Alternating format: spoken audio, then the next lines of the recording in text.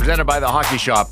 Source for Sports Langley, thehockeyshop.com. We are back. We are ready to rock. We are into it. It's InGoal Radio, the podcast, along with Kevin Woodley and David Hutch. I'm Darren Millard. Gentlemen, how's the week going? How's the new year? Happy 2025. Haven't had a chance to connect with you guys in the podcast. Happy 2025 Happy to you, New Darren. Year to you. We missed you last week. It's an exciting new year. Yeah, I was sour that I wasn't able to meet up with you guys last week. You would have heard the dulcet tones of the waves crashing in the background as I was on location last week, and what a location it was. Can't believe that you do that much scuba diving in and around sharks, but that's for another I don't. day. That's my wife and kids. I just do the... He snorkels up top. I snorkel up top while they go swim with the tough fish. I just like to play with the turtles up top. Yeah, but you know what happens to turtles? They get eaten by sharks. I happen to have seen that in person Yes. once by a 12-foot tiger. Yeah. It was nasty. Yeah, that's not a good place to hang out. I have been able to be with you, not in conversation though, this week, as the three of us have participated in the USA Hockey Goalie Certification Program. Yes. Totally coaching. Yeah. Bronze. They're level 1. And thanks to USA Hockey for inviting us to sit in and take part in that. It was pretty eye-opening, eh, boys? Sometimes you hop on these online clinics. I mean, it's an in-person clinic, and then we're able to join online, the online component of it. There's over 100 people sitting in on this. So absolutely exciting to see how many people are getting certified as goaltending coaches in the United States, and really thankful that they allowed us to join them. I guess, guys, the thing that really struck me about the whole experience that I've told a whole bunch of people is the amount of time dedicated to, I guess the word is philosophy, but just setting the tone for why they want more goalies, how they're going to get more goalies, how sport should be set up across the world to encourage more participation from kids. It's not just lip service. It's really some deep discussion. And I think it's going to bode well for USA goalies. Yeah, I liked, and again, we've only done part 1 of 2. We'll actually be reconvening on Zoom to sit through part 2 tonight. I loved how much of it was philosophical. We did not dive right into what to teach on ice, technical at all. It was very much philosophical in terms of, making sure that kids are having a good experience as goaltenders at a young age. Not about like what specific things you're teaching out of the gate, at least. That'll become part of it.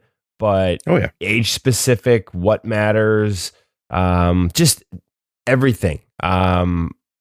It's not about the technical elements at that point.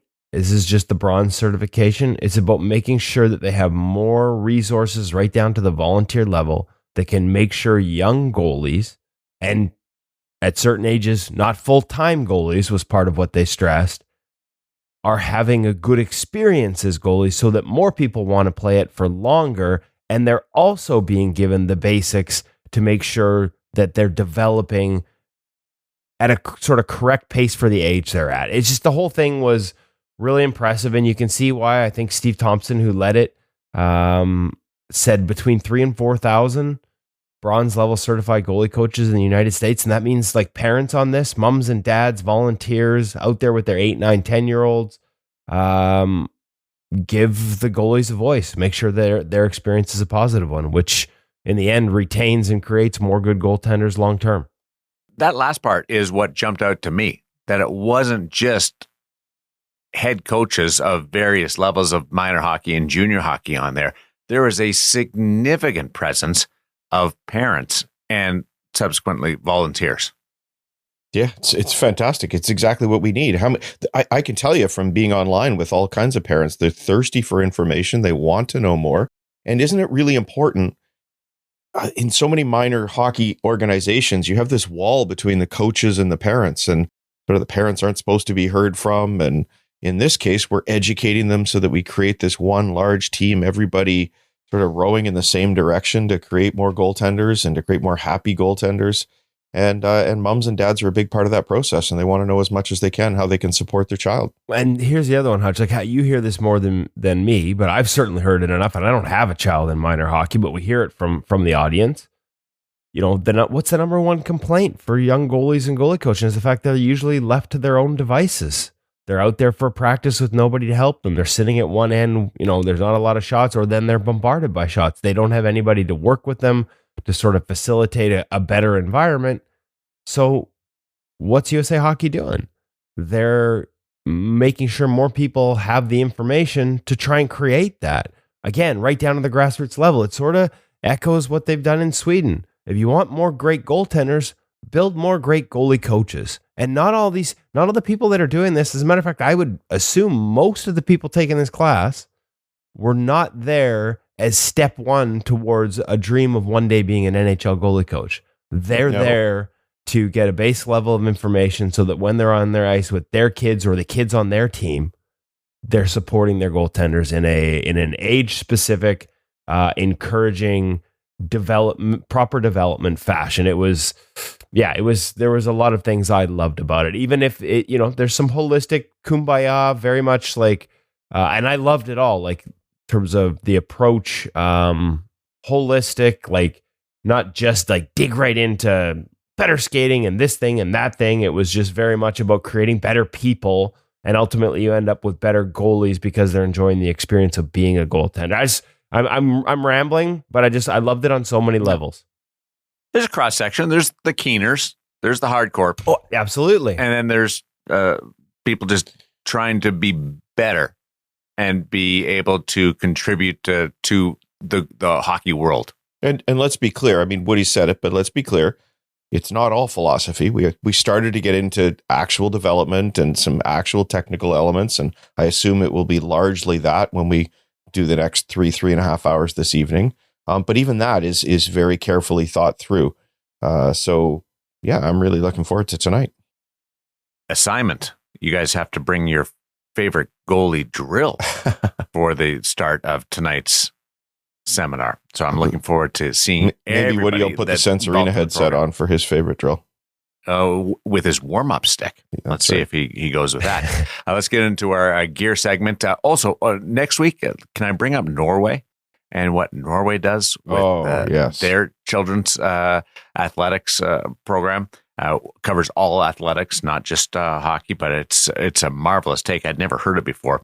But we'll get into that. The gear segment presented by the Hockey Shop, source for Sports Langley, thehockeyshop.com. Before we dive into it, what's going on with Cam and Company? Well, I mean, you're going to hear it in this gear segment, the new Vaughn V1X or V11, depending on how you want to read X1, if you're into Roman numerals or not. I think VX1 sounds cool, and as Cam is going to explain to us in a few minutes, there's a bit of a shift in the velocity line that I think it warrants a bit of a new nomenclature.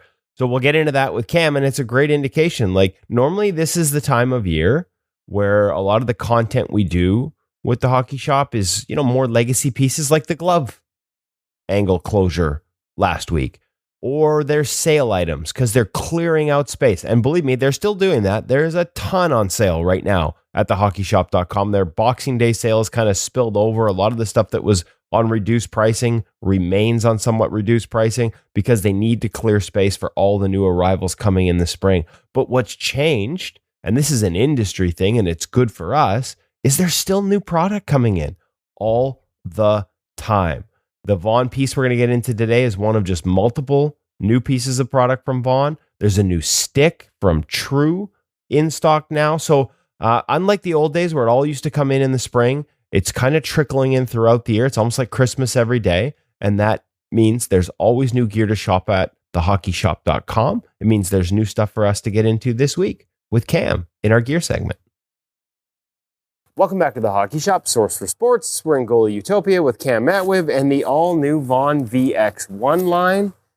Cam? Or V11, if you want to go with that.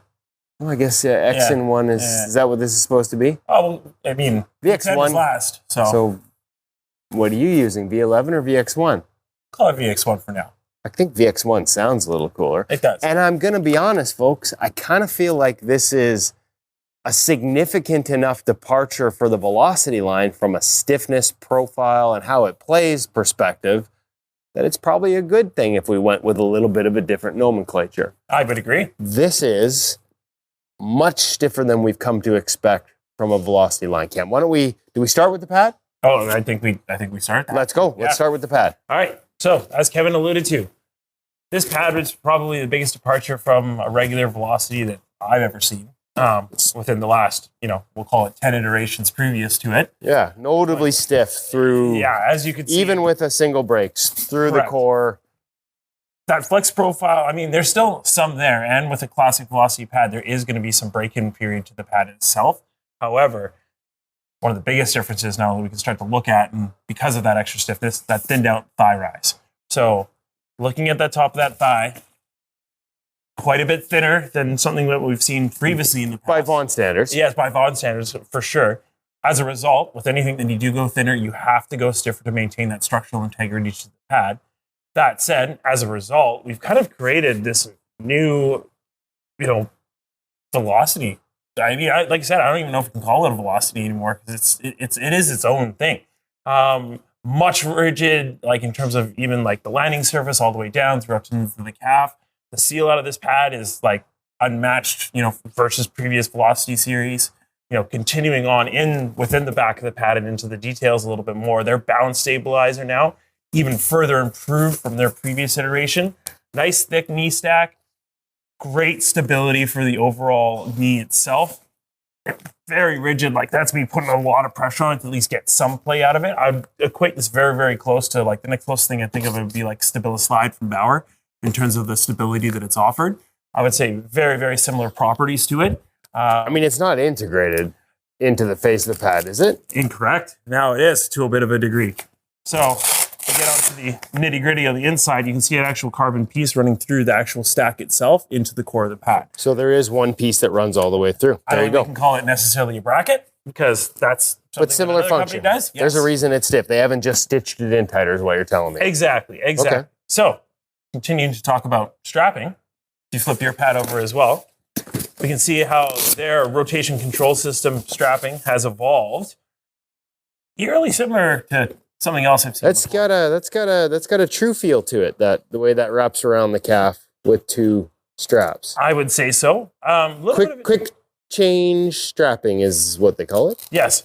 However, I can read, Cam. I know it's a little bit shiny. Yeah. There you go. So with the way that their strapping is, obviously it's going to be different from what we find on some of the other pads on the wall. A little bit more of, I would call, a slight integration with the pad itself. In terms of how you overall feel, you have that level of adjustability. When it comes on to like custom options, for example, as well, we can make this still tighter if we have to. Again, if we really, really need, we can start messing with the strapping, add some other straps in there. But however, that's becoming a bit redundant at this stage of the game. So nice wraparound tight feel. So that's still a hallmark of your velocity line. You're still getting a lot of that control. Knee strap can go down, old Carey Price style, as we're seeing a lot more of guys returning to in the NHL. Around the back of the knee. We're seeing that trend come back again. Nice. That option is there. It's stitched in. You could lace that out quite easily, I think, if you want to remove it completely. Correct. It's just held on by lace. That it is. I like the landing. I do like that knee area. It's really nice. So, and don't forget, quick slide. Quick slide. As you almost caught there. So, something that we have seen previously on Vaughn pads. So this is nothing new. Again, technology that slides very well, very good feedback of it. Also high wear material as well, designed to really prevent that wear on the side of your pad because it is more durable. So looking and flipping over to the boot, which we were now looking at all together, Vaughn continues with that flat boot construction. Consequent, as a result, this pad does fit big. Okay, so the flat boot, which we've seen other brands do in different models, wasn't part of V10. No, V10 did have the flat boot as well. Okay. So did their it is still going to sit similar to a V10, but not if you're in a previous iteration of a Vaughn line. However, again, we've added some stiffness profile to the pad as well, so I do find this is still even fitting a little bit bigger. So this is the first time we've seen 31 plus 2 as a stock senior size. So further driving home that this pad does fit big, it's like they've brought that further size down. So it's always something that was available custom, but now available stock off the wall. Speaking of custom, we talked about how much stiffer the profile of this pad is. You can order it in a more flexible option, no? If need be, yes. Okay. So you can still get that more traditional feel that you're used to from not probably to the degree of early, like this isn't going to be Jonathan Quick's V2 pad that you can sort of squeeze together and play some music with. Correct. It's not an accordion. You won't flex like an accordion. But speaking of flex, one last thing to cover. Bungee toe ties. Slightly different bungee toe tie that we've seen. Gone to the clips, although you still can order them. Not recommended. Velcro toe ties more in line with most of the other products that you do see on the wall. As always, regular skate lace is an option. So, I think we've covered the pad. An option we encourage, by the way. You've heard it here. Okay, so. Blocker. What's this good for other than hitting you, Cam? Because it's pretty beefy. I demo, but I pledge to be kinder in the new year to you. So as opposed to things that are a massive departure, this is something that's actually a little bit closer to, Vaughn blocker still a pass. So some minor improvements over the V10, in particular, stiffer sidewall, integrated sidewall all the way throughout one piece construction. So we have much more control and also it's a very protective feeling. Exactly. And having that more beefy rigidity, when you do go seal up, it's like you're getting that tighter seal rather than that blocker folding underneath you or moving, in a way that you don't want it to. I didn't say beefy in a bad way. No, exactly. Overall, the blocker itself does have a nice balanced feel to it. There's nothing too exciting. Center position on the handboard. Exactly. And they still do continue with what would be, I would say, the looser of the palms on the wall. We've seen other companies take material out of the palm to make it fit more like a player glove. Vaughn's got a little more material left in there. So if you are looking for, again, what would be that looser tighter fit, feel, a little bit more traditional in that pass, hey, great option. Tighter, you're looking at something else. They've also widened out the actual area in terms of that integration for your chest in particular by opening up that cuff a little bit more, adding that flexibility with those elastic straps there as well, allowing that blocker to get nice and forward, really get that coverage that you're looking for. Actually steer pucks as opposed to just letting it hit you like you do. Hey, man, puck hits me, as long as it dies, we're good. Okay. Last but not least. Is this the VX1 glove or the V11? VX1 glove. Okay. V11 by your standards. Okay. So, staying very true to the V10. You should have used that with the pads. That would have been a good pun. Very punny of you. Good overall feel, 50-degree closure, 45-inch NHL legal perimeter off the top of my head. There we go. What has changed a little bit is the backhand strapping. A new large thumb loop held on by this Velcro strap here. So that goes to the internal thumb loop? Yeah. I like that. It's great overall feel. I find it's a little bit more grabby, but like the closure is very natural right out of the box. It is. That's doesn't open super well. Like it feels like from a break-in standard, I feel like this part would be easy, already done. Yep. But I'd need to do a little work to have it open for me and present nice and big. A little bit of that comes from them adding carbon into the actual T pocket of the glove itself. And that's not a problem. That's part of the process, right? Exactly. But that added carbon into the T also will help with that glove staying open and a little bit more rigid and durable over time. Okay, so we put you on the spot here, Cam. Aye. We're fresh off our video on glove breaks and comparing them from different brands. This is okay. I'll agree with that. That's kind of fingertip to fingertip in terms of how. So it this still follows along the line of that kind of traditional feel, but Vaughn has brought it into the new age, especially with the V10 of fusing that cuff together to create more of that one-piece design that we find with most of the other gloves on the wall. You passed the test. Okay. What's a shock shield, Cam? What's a shock shield? That's integrated Kevlar into the actual palm of the glove itself, so that's helping with your stinger reduction. See, I pledged also in 2025 to make you look good by asking you questions, putting you on the spot, knowing full well that your expertise runs so deep, you'd have every answer.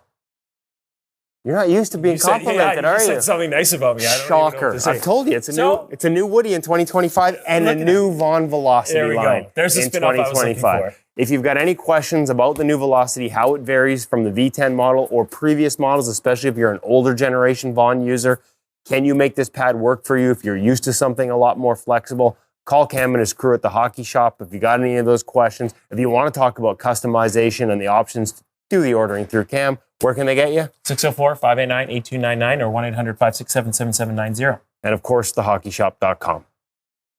Thanks, Kevin. You said it's like Christmas every day there. So who's Santa in these segments and who's the elf? Is Cam Santa? Yeah, because he had a little too much Christmas cookies.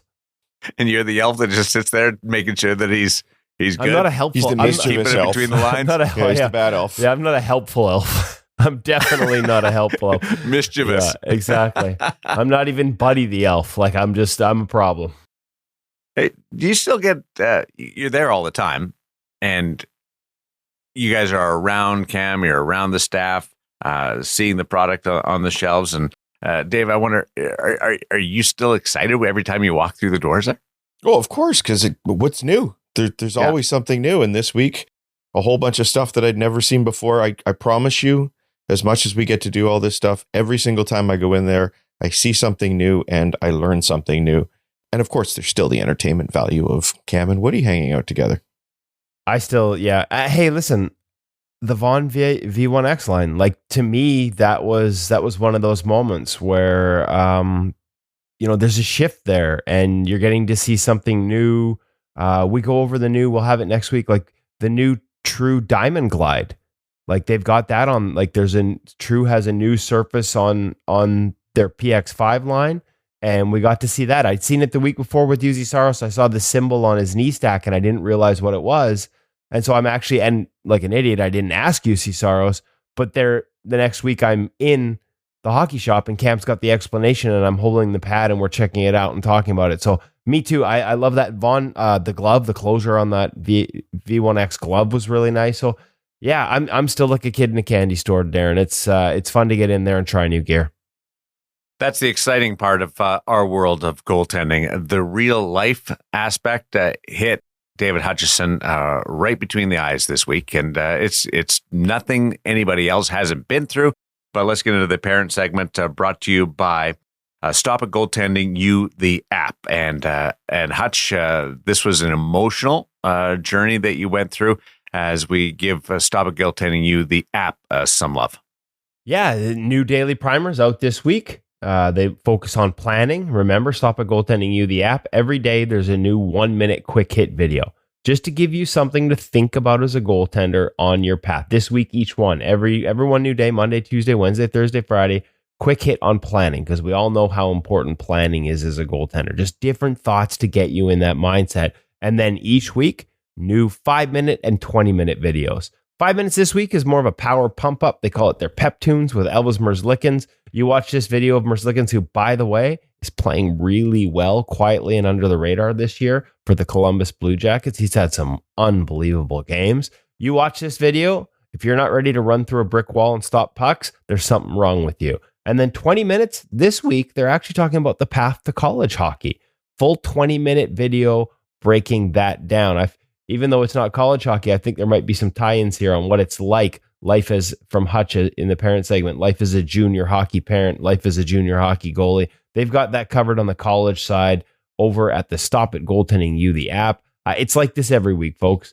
1 minute quick preps, 5-minute video if you want to watch it, 20 minutes when you've got more time. And let me tell you, there's enough in the archives to keep you, if you want to just dig in on goaltending, to see it all. And of course, every Stop It Goaltending You, the app membership comes with a membership to InGoal Magazine Premium. So between the two products, you can go down a rabbit hole, and pretty much anything you need to know about goaltending, we'll have it covered. So make sure you get your membership to Stop It Goaltending You, the app, today.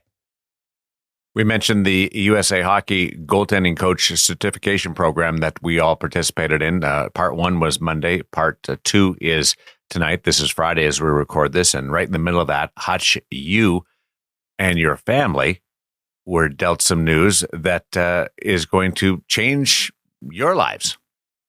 Yeah, we were sitting there enjoying the clinic and my phone buzzed and I got 5 words. I think I've been traded. That set up a whirlwind of activity, guys, that I'll share today, at least from my perspective, because we all get excited as fans around the trade deadline. I don't think many parents fully think through what their junior hockey experience is going to be. As minor hockey parents, we have lots of dreams for our kids. We want them to be happy. We want them to enjoy what they're doing. And year after year, you know, it involves tryouts. It involves hopes and dreams for performance for the kid and for the team. And inevitably, there's hopes, even from quite a young age, that you might get noticed by some junior league. And that ultimate goal of playing junior hockey is somewhere down the road for your child. Even though you might have dreams of a pro career for your kid, I don't think many of us think past that minor hockey step, that routine that happens year after year after year. Junior hockey kind of feels like a destination, even though we do use that old cliche, the work has just begun, when a kid does sign inevitably with a junior team. But for parents, let me tell you, the stress has just begun when your child starts playing junior hockey. And it's much more of a journey than I ever imagined. Maybe it's a little easier if you're a parent of a projected first rounder in the NHL, but I'm guessing they have their own stresses as well. I've alluded to some of that stuff in the past, but I thought I'd share this week my story of what we've been going through. Even though Matthew has sat through 3 trade deadlines before this year, he was lucky enough to be with his team during the trade deadline as a 15-year-old, and he's now seen a couple of team captains traded away. We never really imagined it might apply to us. You imagine success, you imagine winning championships with your kid's team, but you don't imagine the relationships ending. But this season, we had a feeling. Nothing was ever said. There weren't any heads up given from the team that he might get moved at the deadline. Maybe it's just my experience in the game that I knew something could happen and I felt something would happen. I have a feeling a lot of families would have been blindsided by what happened this week, but they would inevitably probably look back and see some of the signs that we'd seen pretty clearly this year. I'm not going to go into detail about any of those things really, except that before Christmas, the team had brought in another goaltender for a 3-game tryout, and it was made pretty clear to Matthew that his job was on the line. He survived that experience and started to play pretty well for the team. And then Monday, he hopped on a bus for one of those typical junior hockey 10-hour trips up to Prince George, British Columbia. Shortly after he got to PG, he was summoned to see his coach. And that's when that one-line text message came in during our clinic. And guys, when it happened, my heart started racing. Fired notes off to you guys to let you know I was just disappearing for a little bit. I can't say it was an upset feeling, but there's that unknown aspect that sort of gets your heart racing and gets you worrying a little bit. As that happened, Matthew was given sort of a business-like notification by his coach that he'd been traded and where, and he was thanked for his time with the team, and they wished him well, as you might expect. And then that's when I got the next message. Moose Jaw for Smith, call you later. And that was it, because obviously he had a whole lot of things that he had to attend to. And but at least we had something to wrap our heads around. But guys, my wife, Matthew's mother, who is also a goaltender, had to leave at that moment to go play her game. Imagine, Woody, because I know you like to get stressed when you're playing hockey, stepping onto the ice. You know your kid's been traded somewhere. I think she at that time knew where, but hadn't had a chance to speak to him. And she's got to play for an hour and a half with her teammates without knowing what's going on. Yeah, pretty tough for her, of all people. It was sort of a whirlwind of activity for Matthew and for us. And as I said, most of that is his story to tell, not mine. But it involved calls with his new team coach, calls with his new team GM, calls with his former goalie coach and his new goalie coach, quick call from his previous year's GM. Impressively, guys, these are kids. He started getting messages from his new teammates welcoming him to the team. That's pretty cool and makes the experience a little bit easier. And very quickly, a plane ticket arrived in his phone, because the very next morning, he's got to go meet his new team who are on the road, Moose Jaw Warriors. I don't know if I mentioned that. And that next morning, he's got to get up, get on a plane, and head to meet his team on the road. And much like those stories you've heard in the National Hockey League, he arrived at the rink 30 minutes before warm-up and had to be dressed and backing up that night and ended up starting the very next night. Everything other than what he needed for a 5-day road trip with his old team was back in Vancouver, and he's half a country away with his new team. Finally, after about 90 minutes of waiting here at home and Mom's on the ice, I got a call from him and I got some of those details that I just shared. It was a mixture of emotions for him and for us. Everybody's sort of shaken, even though, as I said, it was expected. There was some excitement because he's wanted. He's got a new team and new teammates who want to meet him, and optimistic about the opportunity that was ahead. Here's a tough part you probably didn't know. He had to phone his old billet family and let them know what had happened. And I can tell you, having billeted before, that is not easy on the family. I don't think it's something an 18-year-old should have to do. Our first billet experience, we got really close with this young goaltender in just a matter of a couple of weeks. And he had to come and tell us that he'd just been released by the team and was leaving. I know it was hard for him. It was heartbreaking for us. I can only imagine what Maddie and his old billet family have gone through in the last little while. It's a lot for an 18-year-old. It's a lot for us adults.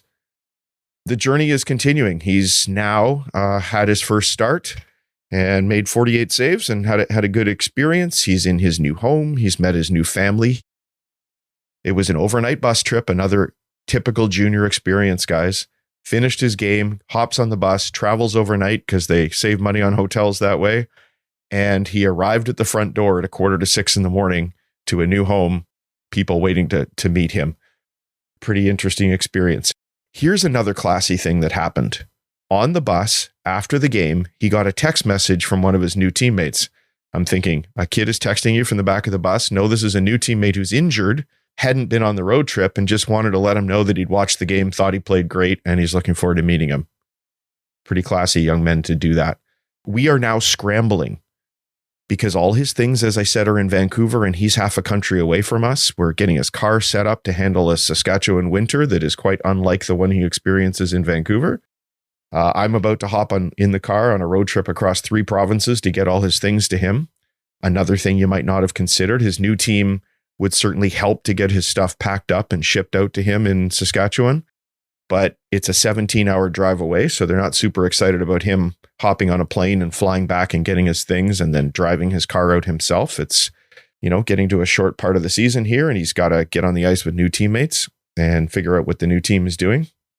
So that's what I'm going to do. Look, we're really happy, really thankful that he's so happy and that his team has been so welcoming to him. It's going to be a different sort of grind because they're a last place team that's sort of looking to the future right now, but he's in a really awesome place. I just wanted to share that story today, boys, because it's nothing that we really imagined when he signed with the junior team. It's certainly nothing we imagined when he was coming up through the minor hockey ranks. You get nervous in September with a minor hockey organization because you'd like your kid to make the team that he wants to be on. You don't realize that you haven't made the team in junior hockey until January. It's basically a tryout from September through January because now that the trade deadline's passed, the rosters are more or less frozen as far as I know. We knew all this was possible, but it's just something that I guess we hadn't fully prepared for.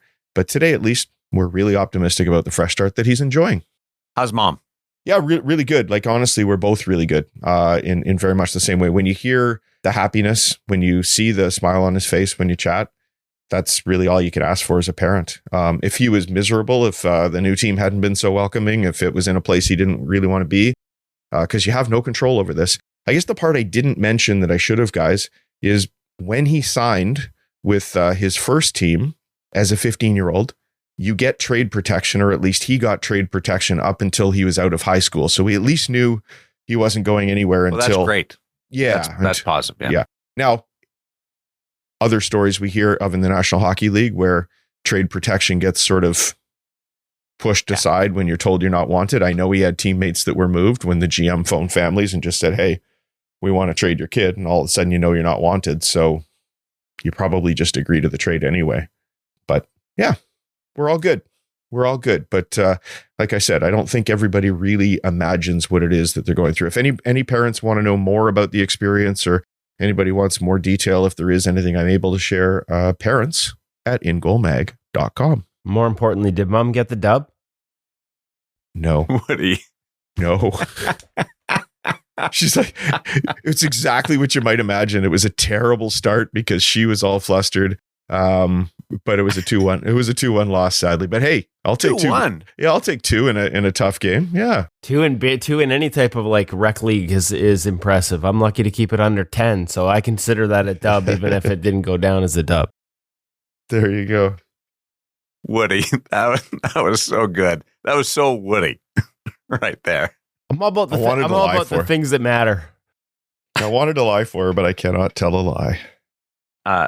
All our best to Matthew. Pass along our support. He's in the cradle of junior hockey right there in that honestly, part of like Saskatchewan and Canada. It's I think it's going to be a really cool experience for him. It's going to be incredible to get a little bit of real Canadian culture. I'm not sure that the west coast of Canada is real Canadian culture.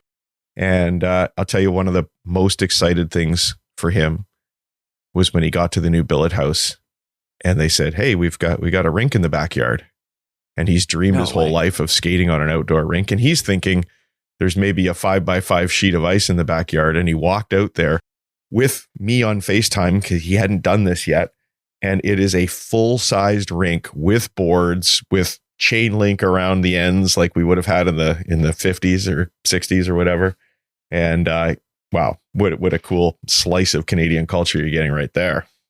Priorities. Put skating on the backyard rink aside until you get the car there with the block heater. Make sure that block heater is ready to go to plug it in. Oh, I think I see the look on Hutch's face. Like, if you went to a mechanic in Vancouver and said, "Hey, I need a block heater," they'd be like, "Pardon?" I've got some stories about how yesterday I went around block heaters, but this isn't a car podcast yet. All right. Awesome stuff. Excited to watch this next step of the journey of Matthew Hutchison. Visual Edge presents our ProReads, and Visual Edge continues to guide goaltenders and hockey people through the interesting part of training your mind and your eyes. Yep. Visual Edge, cognitive and visual training tool. We've been working with it. Over 50 goalies in the AHL and National Hockey League have been working with, and including right up to guys like Cam Talbot, who will tell you his work with it coincided with the turnaround or sort of the late resurgence of his career in the National Hockey League. And I think today is a good day. We've talked a lot about all the different things it does. We've talked about the discounts, whether you're an InGoal member or not an InGoal member. You can find that on our ProReads each week. This week will be Joey Daccord. But also goalie coaches, if you're running camps, I know now is the time of year in January where quite often you're planning your camps for the season. Well, we want to make sure that you reach out to Visual Edge because they've got some specific programs for you for goalie schools and goalie coaches. If you're interested in getting the platform into your organization that you coach with, whether it's your own private camps or maybe even you're coaching with a minor hockey organization or right up to a team, maybe even in junior. Visual Edge has programs that can help you. So make sure you check them out at pretty simple, visualedge.com for all your needs in terms of seeing the puck better. Perfect sponsor for ProReads. They're all about letting goalies and helping goalies see the game better, and ProReads is all about helping goalies read the game better. And Visual Edge is VIZ, not VIS.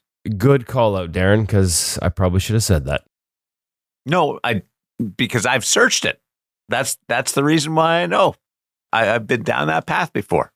I still found it. If you Google it, you'll still find it. It's just, it makes it easier. Hutch, this is where you step in and go, you're both idiots. No, I was just going to say that Z, last letter of the alphabet, Visual Edge, the last word in vision training for your goaltender. It's perfect. What do you guys say? Had to get punny. What's that? What do you say, Z or Z? Zed. Zed, yeah. One of my favorite musical groups is ZZ Top. Zed's dead, honey. Zed's dead. I can't believe it's been that long, like a long time since I've heard that.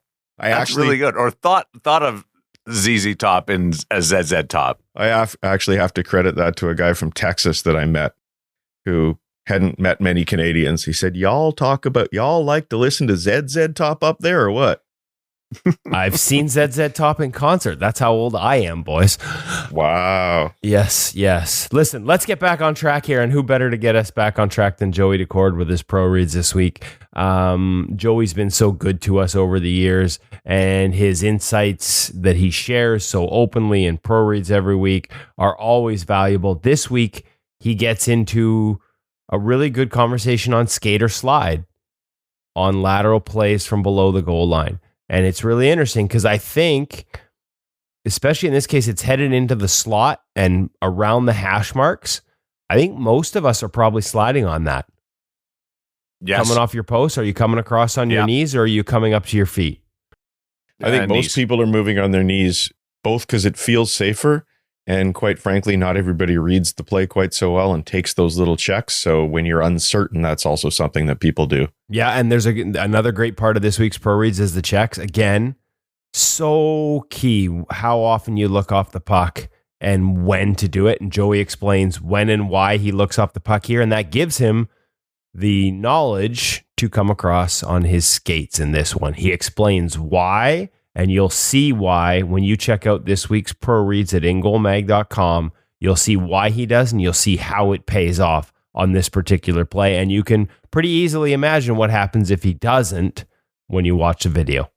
If you're watching highlights or you're watching a game and the director takes the camera that in a lot of rinks is mounted on the glass right behind the net. It's one of the favorites of our director of the Golden Knights telecasts on Scripps Sports, Joel Myers. He loves just staying on that camera for an entire power play. Now, not everybody will do that, but when you see highlights of that camera, you will be able to really take in how many checks a goaltender does from behind the goal line to the slot, and the monitoring of what's going on in front of the net. It's a pretty cool experience to see how active the goaltender's head is. Does every camera have that going at all times? Like every broadcast have that camera angle as an option?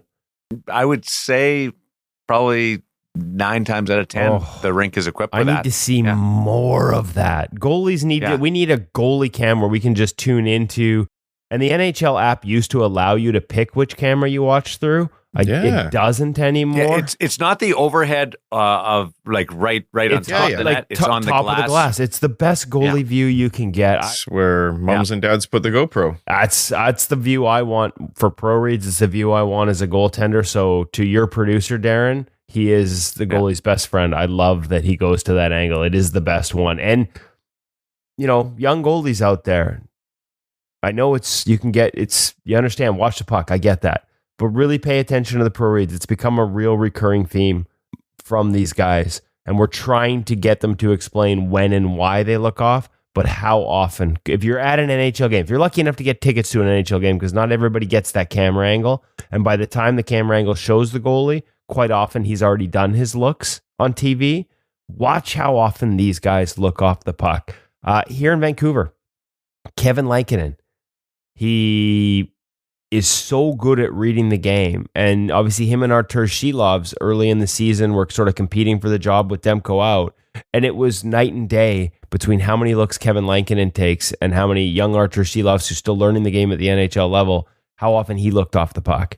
And to me, it was one of the separators between the two of them early this season. And so keep your eyes on it, folks. If you're a young goalie and you're blessed enough to go watch a live NHL game, watch how often the goalie looks off the puck. It is such an important part of reading the game. We do have a tendency to be like, watch the puck, watch the puck, watch the puck. Well, there are times you really shouldn't be, and you don't give yourself your best chance if you do. And we use these ProReads and guys like Joey Daccord to help sort of spread that message, because reading the game is not always about just reading a shot, reading a release, or watching the puck. Quite often it's processing what's going on off the puck and knowing when to do so.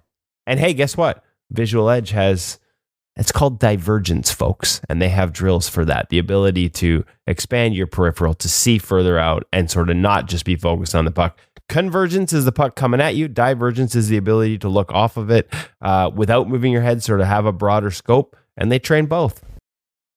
That was peripheral vision. Interesting. Put those two things together. And we'll get a tip on this at one point, but talking to one of our old billets about this, and his goaltending coach was teaching him, you don't have to completely look at the puck because you have your peripheral. So you can sort of do a half head turn when things are a little bit busy, pick up what's happening a little further over in the peripheral, and then you can go back. It doesn't have to be a full on, get my nose right on that guy on the back door. Use some of that divergent stuff. Well, and Darren said it is peripheral, Darren. Divergence is your ability to go from focused on one to pull away. So the eye's ability to expand to the peripheral, that's the divergence of your vision. Yep. Convergence is its ability to come together, your eyes to come together as something's coming at you.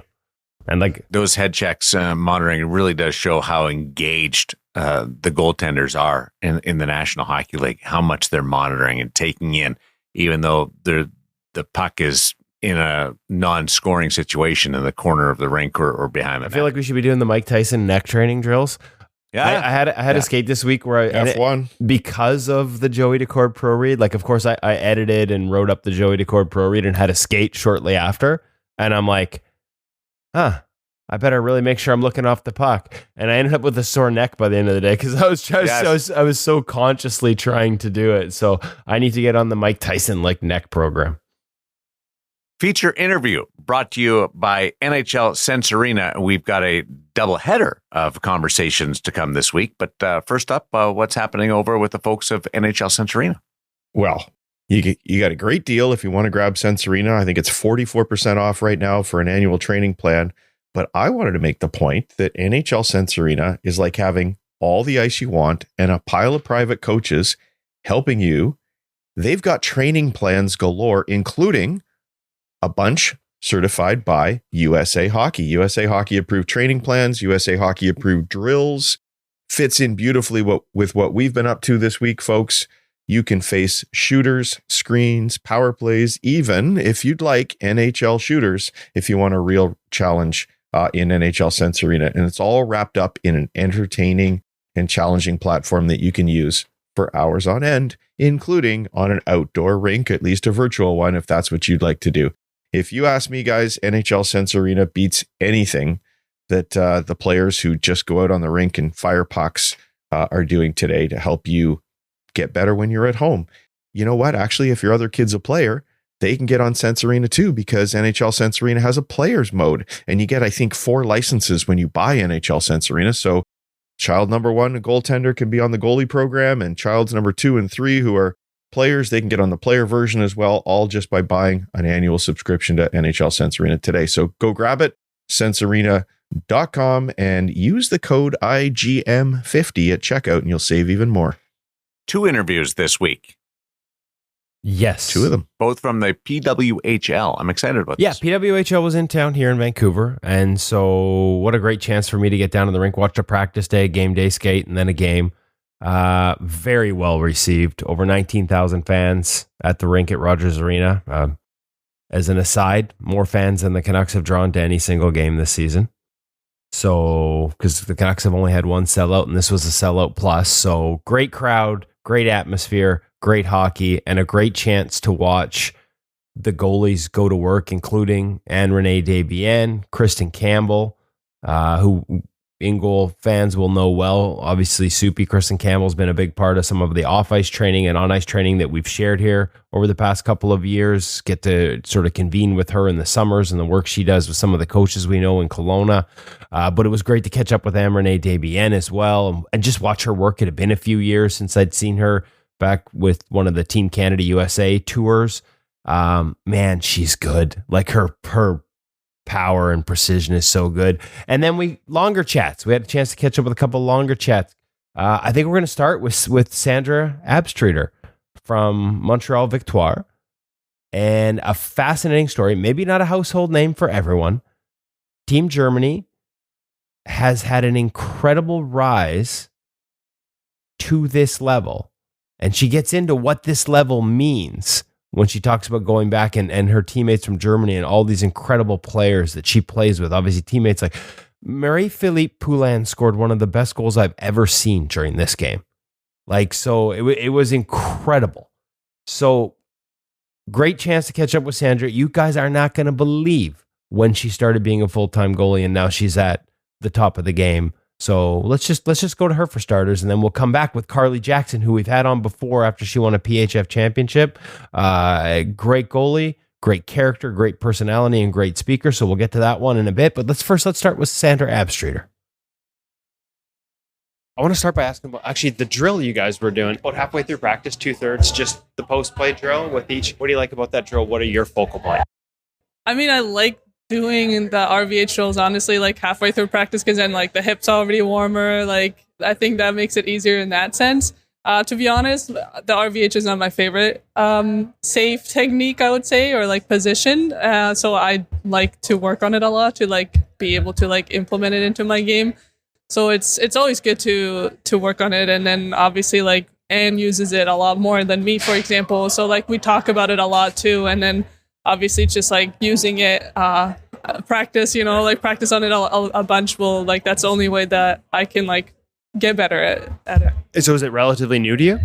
Not necessarily new. I just like used to not. Yeah, I was just not using it as much. But the goalie coaches here, like they like to keep an open mind. Like they appreciate like the way I play, but they also want me to like try new things in a way, and that's why I'm like trying to like use it a little bit more than in the past, I would say. Okay, so let me talk to you about that. New goalie coaches, new voices, different teams. That process, what it's like. Advice maybe for other athletes that are going through the same thing. You know how it is with goalie coaches, right? Like sometimes you can want to please a new goalie coach because they decide who plays and stuff like that. But not every new idea is for you. How do you approach that? I think it's really important to communicate with them a lot, and I think all three of us, we did it like right away. Like in starting like in training camp, like they told me like they don't want to change me for those 2 weeks of like tryout in a way, and they would just like look at my game and like see how I would approach things, and then afterwards, like when they selected me, like that's when we started the conversation. Okay, like these are a few things that we saw in your game that we think that we can improve. Like if you try different things, for example. And then obviously, like, I think it's overall, like, it's just very important to communicate with them a lot. And for me, it's like, it's always good to give feedback and get feedback. So like, that's been a really important thing for me. And I obviously also like to joke around with them a bit. And I feel like goalie coaches a lot of times on the teams, like, they're like a little bit of the jokesters in a way. And I noticed that out there today, actually, both of you. Yeah, for sure. So just like keeping the relationship pretty loose, and then obviously like knowing when it's business at the same time. And I think that's worked really well with me for me last year, but also this year, and just keeping an open mind to what everybody has to say, and always willing to try new things. Okay, so I want to rewind a little bit, and we're just going to keep going. How'd you like goalie for you in Germany? How'd you become a goalie? How'd you fall in love with the position? We're going way back. We're going way back. That's actually an interesting one for you. So I switched to goalie when I was 15, 16 years old. And it happened because I used to play boys hockey back home. It's not as popular in Germany. And our goalies used to actually be like pretty good. So a lot of times they would like switch teams and go to like better teams. So then we basically just ran out of goalies at some point. And so a few of my friends and I, we all had older brothers, so we had to wait for them like for practice, and we would always play street hockey after our practice, and I always loved to go in net. So that's kind of how it started. And then as like our like old manager, like youth manager, he just asked me like, hey, like we don't have any goalies, like is there any chance you could switch to it? And then I did both for a year, and then I made the full switch, and it's worked out for me, I guess. Wow, like that's like we've had some late. I was talking we had Reagan Kirk on, and she didn't become a goalie till grade 8, and she had a scholarship by grade 11. But 15, 16, like that's pretty late. What was the process like to go from, hey, I'm going to be a goalie now, to being where you are now at the top? I mean, there's a lot of steps along the way, but early on, what was the process? How much coaching did you get? How much were you just out there playing on instinct? I think like a big thing for me, like I did have a lot of different goalie coaches to begin with. And like, even in the very first year, like we never had a full-time goalie coach, and our like senior goalies, they would come out a bunch and like show us things. And then what I did a lot was watch YouTube videos. I loved those. Like I always watched every like goalie practice that I could find, and I just tried like all the things that they would do. Like I would notice like little things like how they would hold their gloves. So then in the next practice, I would try that. Like, I think it helped me a lot. I was just very motivated. It was like a new challenge for me in a way. And I really like to prove people wrong, obviously, because, I mean, as you can probably imagine, like, there was a few people that were like, don't do it. Like, it's a really late switch. And I just enjoyed, like, the challenge. And in a way, it motivated me to just, like, prove everybody else wrong. What do you love about the position now? Like, to stick with it for now, like, 11 years and to get to this level, there must be something about the position that you like. I think it's fun to be like that one like other person, like in a way other person. Like I don't want to say the cliche of like you can be the hero of the game, but you can obviously also be like the one person that's like if you make a mistake, like everybody else is like goes down with you kind of thing. I just like to, like give my team like a little bit of like calmness, and I think that's really like easy to do as a goalie. Like and especially on the national team, I've heard it a lot. Like the girls have been saying to me, like when you're in net, like we can just like, no, we can rely on you. And so I guess in a way, like obviously that's a big role for all goalies, but I think just like embracing that part. Okay, so national stage, you've been on massive stages before. Advice for other goalies? Like obviously stopping the puck is a big part of inspiring your teammates. But are there ways in big moments in big games to calm teammates down as a goalie, to have that, like when we hear a goalie has that calming presence, what in your mind do you do to bring that to a team? I just like to remind myself that I'm not there for no reason. Like I've put all the work in before. Like I don't need to do anything differently than I have before. Like in those moments, like you've earned your spot.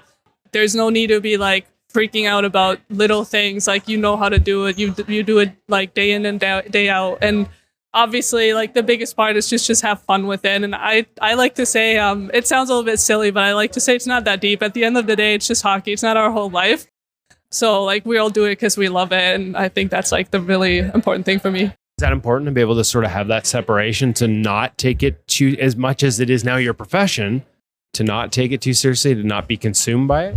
I think for me personally, yes, 100%. I like. Because everybody's different a little bit. Yeah, for sure. And I'm sure if you ask other people, like they will give you a different answer. But I think for me, it's just like helps to balance it out. Like I like to enjoy other things in life. Like I said, there's not only hockey, and there's always a life after hockey too. And I'm sure like hockey will always be like in my life for my whole entire life in some sense. But still, like there's still other joys outside of it, obviously. So those early years, watching practices, watching YouTube, teaching yourself, were there any favorites? Were there any things that, goalies that you really liked watching that you started to emulate? Who were some of the goalies? Well, the easy one is Carey Price. There's obviously a lot of videos on him actually, because he used to like try new things, like try things differently than goalies have done it before. So I like to watch his stuff a lot, but I also loved watching, and I honestly can't name it right now, but I love to watch like not the highest level goalies, like because I feel like they were more relatable in that sense, like when I started. So I like that a lot. I love that. As that transition from there to national teams, and then the decision to come over to North America. Was there a year before school, if I was reading it correctly? Walk me through that decision, what inspired it, and what changed for you there, not just in terms of environment and new culture and all those things, but as a goalie, did technically what you were being taught, did that change when you came over? Well, the decision was that, honestly, somehow I've always just wanted to play in college. Like I knew that. That was part of the goal. Yeah. Like even before you were a goalie.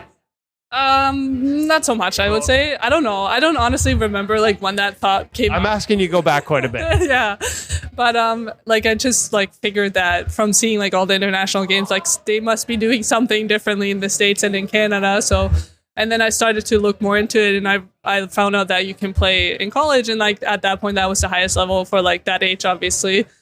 So then after graduating from high school, I just did a camp in Canada, and that's kind of how I my old college, Providence College, like they found me like for the very first time, and they were like, yeah, because we played in Beantown actually, and so that's how they first like contacted me, and they said like to kind of stick around, and that's how I decided, and honestly within 2 weeks like in the summer to like go to Canada for the year.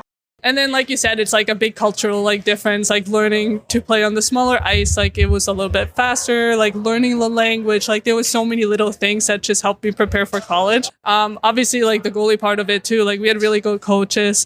We had a good goalie coach that year as well. And it was also like the first time where I was kind of like challenged, where I didn't play every single game, because like before, like when I switched, like I said, we didn't have a lot of goalies. So then like I was needed. And then so that year it was like, okay, like we have 3 goalies, like you're all going to play. So then like that was the beginning of that in a way of like, you have to prove yourself every day to be the goalie that's going to end up being in the net for the games. So that's all like the little things that I can think of that it helped me with. Any advice like from going through that experience? Because that's different. You get to different levels, and all of a sudden, maybe you were playing all the time, and then you're not playing. How'd you handle it to not get wrapped up in it when you weren't? A lot of people say control the controllables, but it's usually easier said than done. How did you get to that point? Absolutely. I think like that year, it was fine. I was just having fun with it. It was just like so many new things, and honestly, in college, like that's when I struggled with it a little bit more at first. Like my first year, I did a redshirt year, so I didn't play at all.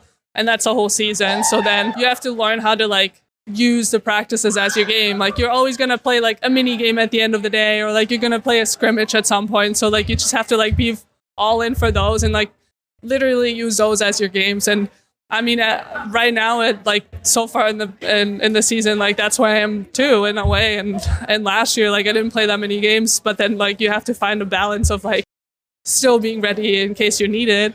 So it's like as cliche as it sounds, just using every practice as your game. Even rebound game at the end of practice. I noticed how much fun you seem to be having that one. God, I love the rebound game. It's fun to like frustrate the players. They always want to play it again, and I feel like most times the goalies win, but the players love it too. It's funny because I guess maybe I didn't think of it as a game that the goalies I think of it as a game that's really hard on goalies, and yet both you and Renee really embraced it. Yeah, absolutely. I think it's fun. Like that's like the fun part. Like the players, like they're laughing and you can just like kind of chirp them. They will chirp you. I don't know if you saw our goalie coach, like he was slashing my stick, so I dropped it. Yeah. I hope that one didn't count. I don't think they counted it, no. But yeah, I think like that's the fun parts. And even like in between reps, like I like to cheer for the other two goalies, like when they make a nice save. But then I also like if somebody scores a nice goal on me, like I'll be like, that was a nice shot. Like I think it's just like appreciating everybody, and like everybody is obviously very good and here for a reason. So it's really fun though. You've got some of the best arguably the best player in the world shooting on you in practice. How do you approach that to make sure it's raising your game and not getting frustrated at times? Because like, let's face it, practice, players get time and space they never get in games, right? It can be tough. Yeah. I think, again, just like enjoying it. And in a way, it's like still not real to me. Like it's the moments when I realized it was like last year at Worlds, for example, and I'm sure it'll be the same this year. Like my teammates from Germany, like we've always looked up to like the Canadian and American players, and now I'm like I walk by them in the hallway and they say, "Hey Sandy, what's up?" And like my teammates from Germany, they're like jealous. I don't know, like so excited for me, and like so like that's when I kind of like realize it. But like here, like everybody treats each other the same, and it's not like anybody would be like I'm better than you. Like we're all on the same level, and like I said, we all respect each other. We're all like appreciating each other for our hard work that we've put in so far. Last one, from college to here, what have you had to adjust? Like you said, you're working on reverse VH, adding it a little more. What are some of the things that you've had to evolve in your game at this level? One that I've been noticing a lot this year actually is not to play as aggressively. I feel like a lot of times we were told to be on top of our crease and just like challenge the players in a way, but I've noticed that like especially now, like the passes are faster, like the players are faster, the shots are harder, like all those like slides from left to right and such, like it's a lot faster. So you have to be like able to get over. And if you're playing like on top of your crease, you're not going to get there fast enough. Even if you're the fastest goalie in the league, you're probably going to be too far out. So that was a big one that I've learned this year, actually. I love it. Sandra, this has been fantastic. I can't thank you enough. I've taken up more time than I said I would, but I really enjoyed this. Thank you. Of course. No problem at all. I love the street cred she gets for playing in the PWHL. Yeah, we kind of forget, like it really is. It's a 6-team league at this point, and that is cream of the crop at every position on every team. Like it's elite hockey. And so, yeah, kind of cool, It'd be like when Darren Millard goes back home and they're like, "You got to stop shots from Jack Eichel." She gets that from from her teammates on the national team when she goes home. And how about starting goalie and the history behind it, but starting at age 15 and learning off of YouTube clips and and to be now at 26 on part of the 3 goalies that are on the Montreal Victoire, and still continuing to learn and get better. It was fun to watch her go to work with the goalie coach and Renee Desbiens and Elaine Chuli, who we talked about. I talked to Elaine for a drill that we'll have at InGoalMag.com. Like, just it's a remarkable story. Her energy was contagious. The conversation was fantastic, and I appreciated her time. Now we get to Carly. It's good to catch up with Carly Jackson. Yeah, of course, we had her on with Elaine, and ironic, with Elaine Chuli, who was her teammate in Toronto, the Toronto Six, the last PHF championship. So it's been about a year and a half since we caught, almost 2 years now since we caught up with her, and just a chance to sort of reconvene on her journey. Because you know what happens? You change teams, you get new coaches, you get new voices, and I think it's really important to listen to her stress new playing partners and how you can learn from your fellow goalies. You add that all together, and she's got a really great conversation, or part of this conversation, where she gets into the evolution of her stance and how she's changed her game with these new voices and these new teammates, and how she's better for it. I think it's probably a conversation a lot of goalies are having with their coaches, because we hear it a lot, but she, as only she can do, digs into it in a way that explains it and what it's like going through it at another level. So another fantastic conversation with Carly Jackson.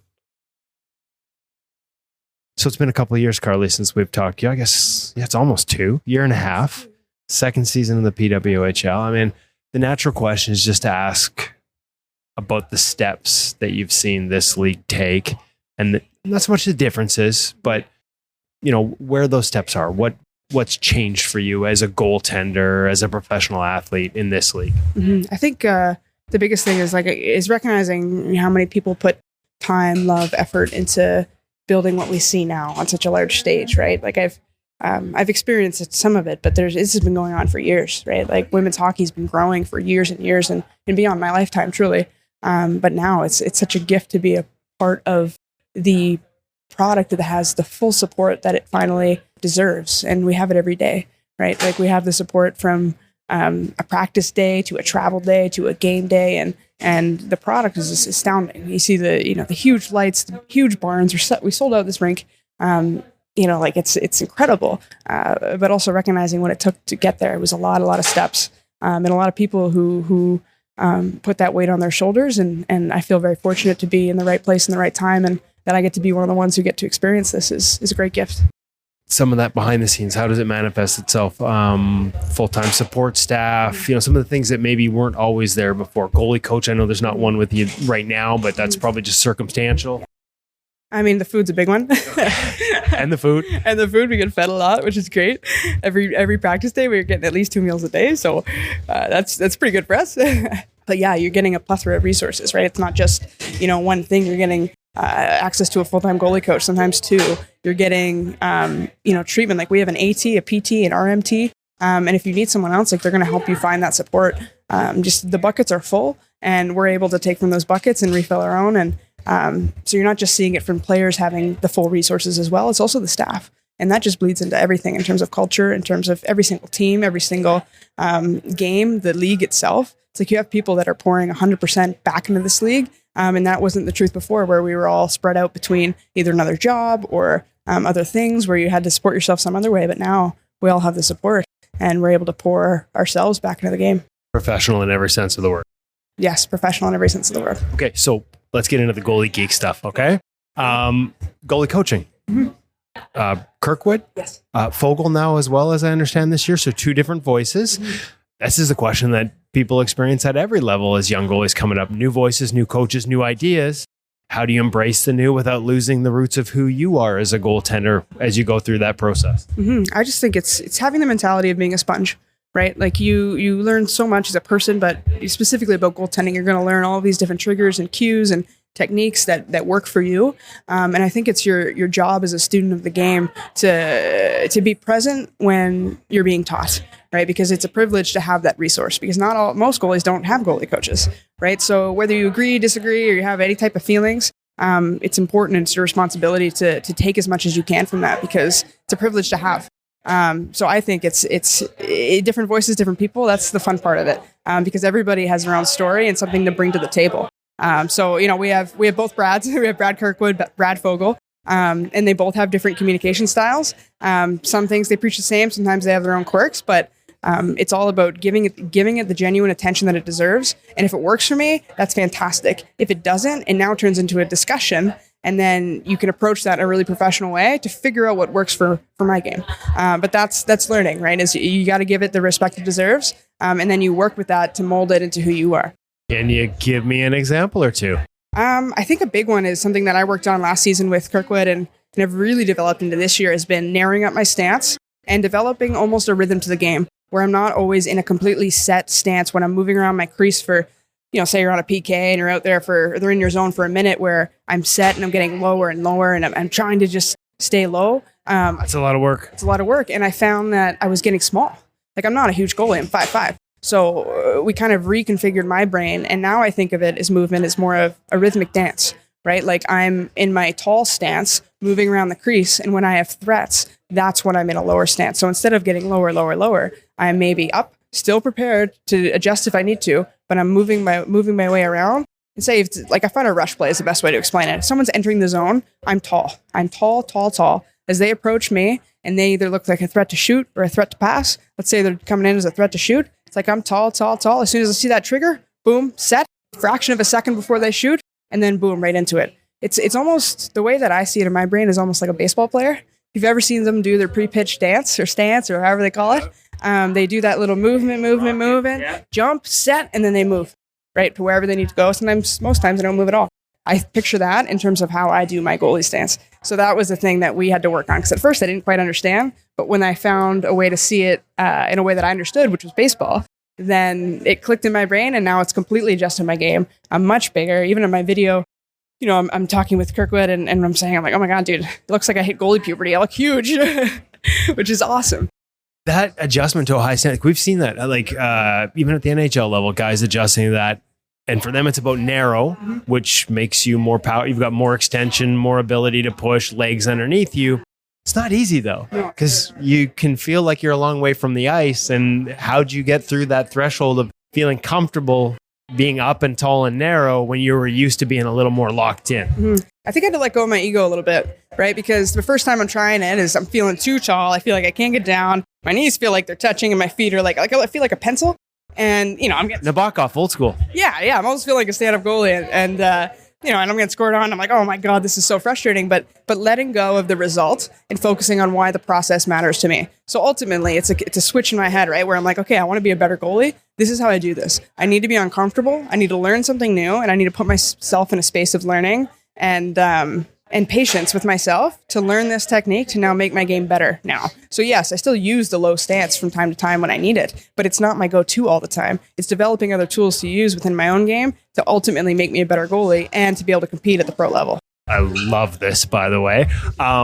Making adjustments like that when you're facing the best shooters in the world, as you are in this league, in a practice environment where they probably have a lot more time and space than they would in a game, that's also a challenge. You have to give yourself some grace as you're adjusting your game. And try not to focus as hard as it is on the results in a practice session, at least early on in that transition. Yes, big time. I think you need to be process focused, particularly in practice. Games are another story where hopefully things are coming automatic at that point. But particularly in practice, you need to give yourself some grace. When shooters do have time and space and they can pick corners and there's no defender and they have no pressure and whatever. But if you're making saves like that, then games come so much easier. Anybody else that you've worked with, like since we last talked to you, any evolutions in your game and your approach? I mean, I can think of one. You might have met a friend of ours last night who introduced some new things to you off the ice, and Mr. James Wendland. So I know you're kind of like you said, sponge, looking for new things. What was that experience like working with James and goggles and off ice balancing and drills for the first time? Oh, it was fantastic this morning. I got to work with James and just pick his brain, and it was really fun because I have an AT background, so I'm actually certified in the U.S. as an athletic trainer. So we got to talk a lot about anatomy and just how the body works. So he's just one of those people that when you finish speaking with him, you feel like you've absorbed some of his intelligence. And I loved just everything he was talking about with body awareness and balance and you know, when you get to a certain point and how to elevate your game outside of the things that you know. So I feel like by speaking to him, I've now developed a new pathway of understanding of you know, how my body moves, how I feel within my own skates, edge work. And he's given me some drills to kind of play around with that I'm really looking forward to digging into. Because I was just learning from him. Like I had a conversation with him for 2 hours this morning and we were just going back and forth and I just wanted to soak up as much as possible from this dude. But it was really wicked because he just thinks about the game in a different way than I do. So to understand that now, I'm like, oh my gosh, all these things I didn't even know I didn't know that can help me be a better athlete, a better student, a better person. So it was really fun to learn from him today. It's funny, one line in there that you just said, to know what you don't know. Mitch Korn always used to use that with us. Like, you don't know what you don't know. It's one of my favorite parts of this position is I feel like there's always something new I'm learning. Is that, and it feels like you might be the same way. Anybody else or any other things that you've expanded in the last couple of years where it's like, geez, I'm glad I found this, or I didn't think of things in this light and I do now? I think one of the biggest resources, and I would recommend to any goalies listening, is your goalie partners.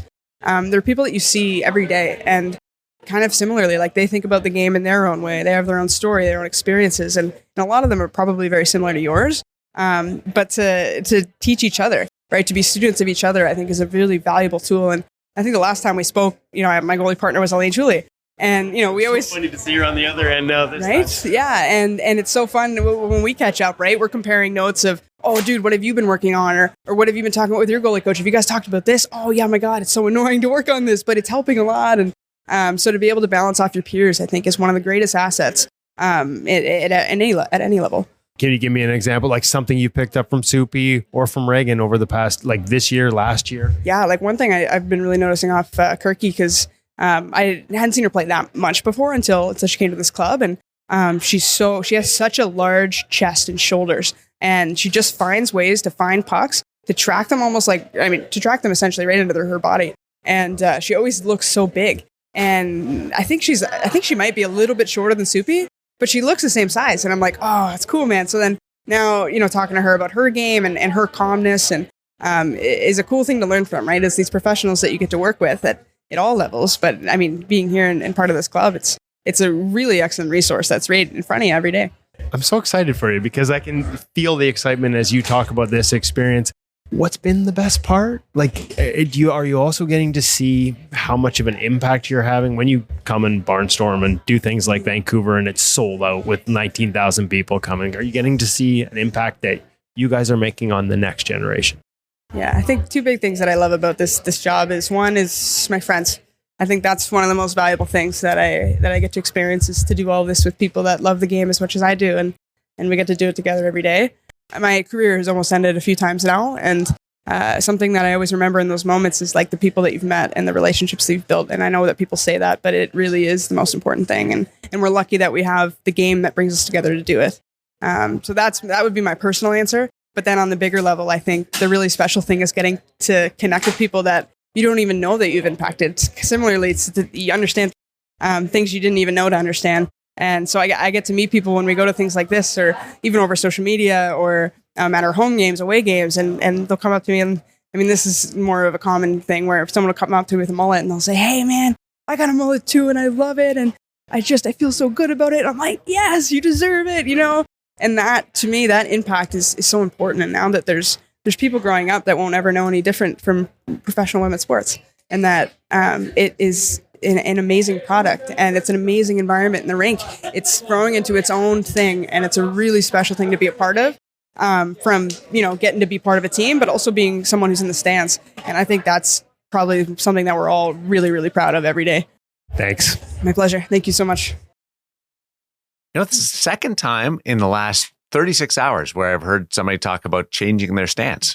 Eric Comrie was discussing it because of the work that he's done with our good friend in BC, works with Connor Hellebuck as well, and the different core work in Adam Francilia. Yeah, and adjusting his stance. So this appears to be somewhat of a trend right now, at least in my world in the last few hours. Well, if you think about it, and his CJ, I kept calling her, because we need everyone to, but everyone else just calls her CJ. CJ explained,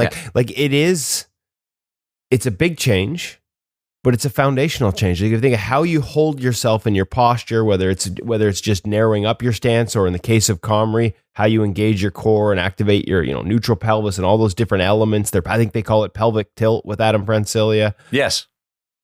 All those elements, like that's your foundation. Like, every movement you make, whether it's dropping to the ice in a save, and CJ talks about how much further you are from the ice when you're standing up taller and getting comfortable with that, to every push you make, you're engaging muscles at a different range and in a different spot, depending on how you start with your stance. So we talk about skating being a foundational piece of the game, and obviously it's important at a young age, but how you stand fuels a lot of that as well. Pelvic tilt. Do you want to be higher or do you want to be lower? Like, there's always. I don't think it's a high or low thing with the pelvic tilt. Like, I think it's sort of hard to explain. Make you higher if you tilt it up straighter? Are you not higher? Tucking it under. It's tucking your pelvis sort of under your core, and it's like having a neutral pelvis. Now, inherently, part of this, I do believe, and I should be careful here. I don't want to. Actually, I saw Adam because he was down to work with Kristen Campbell as part of the PWHL thing. So we just ring him up right now and ask him to explain in further. But go check his podcast with us because he gets into this. I do think inherently it will narrow your stance somewhat, and if you're narrowing your stance, you're getting higher off the ice. I need a refresher on that, because it did fascinate me. I went down a rabbit hole with that. You and Comrie, I can picture you two. Was this in the locker room? No, I heard an interview, him talking about it. And it wasn't with us? And he was it wasn't with us. He was on NHL Network that's in the States. And he went down that pretty well known too, with Corey Schneider. So it was an interesting discussion that I heard. And Adam Francilia came up, and I'm like, I know that guy. And then connected the dots and brought it back to you guys. Thanks for doing this today. You guys had to adjust some schedules. I appreciate it. Hutch, we're with you all the way. It's all fun. Not something that a lot of other people haven't dealt with, but when it's personal, it's personal, right? Yeah. And Hey, hold on, Darren. I'm with him all the way, but not all the way in a car ride to Saskatchewan. Let's just make that clear. Others have volunteered, Woody. Others have volunteered. I guess I have closer friends. That's all. I'm taking Darren up on his offer to go see him in Vegas before I'm driving to Moose Jaw. The Jaw. I think Darren would go with me if he was living nearby here because he loves the prairies. I love it. I love the prairies. And just think, as soon as you get through the Rockies, you don't have to turn again. We got a text message. It was just a picture as he was driving to Lethbridge to meet the team, and it just said, "I think somebody forgot to put the trees here." You can see for a long time. Yeah, but it can be beautiful, blowing snow, everything. But I'm really excited for him to experience junior hockey at such a level of love and fascination and dedication that the prairies offer. It's going to be awesome. Good job, guys. Have a great weekend. We'll talk to you next week. And everybody be safe. We can't wait to tell everybody about the second installment of the USA goalie coaching certification program, the bronze level that we're completing this weekend. And we'll have an update on that next week on InGoal Radio, the podcast.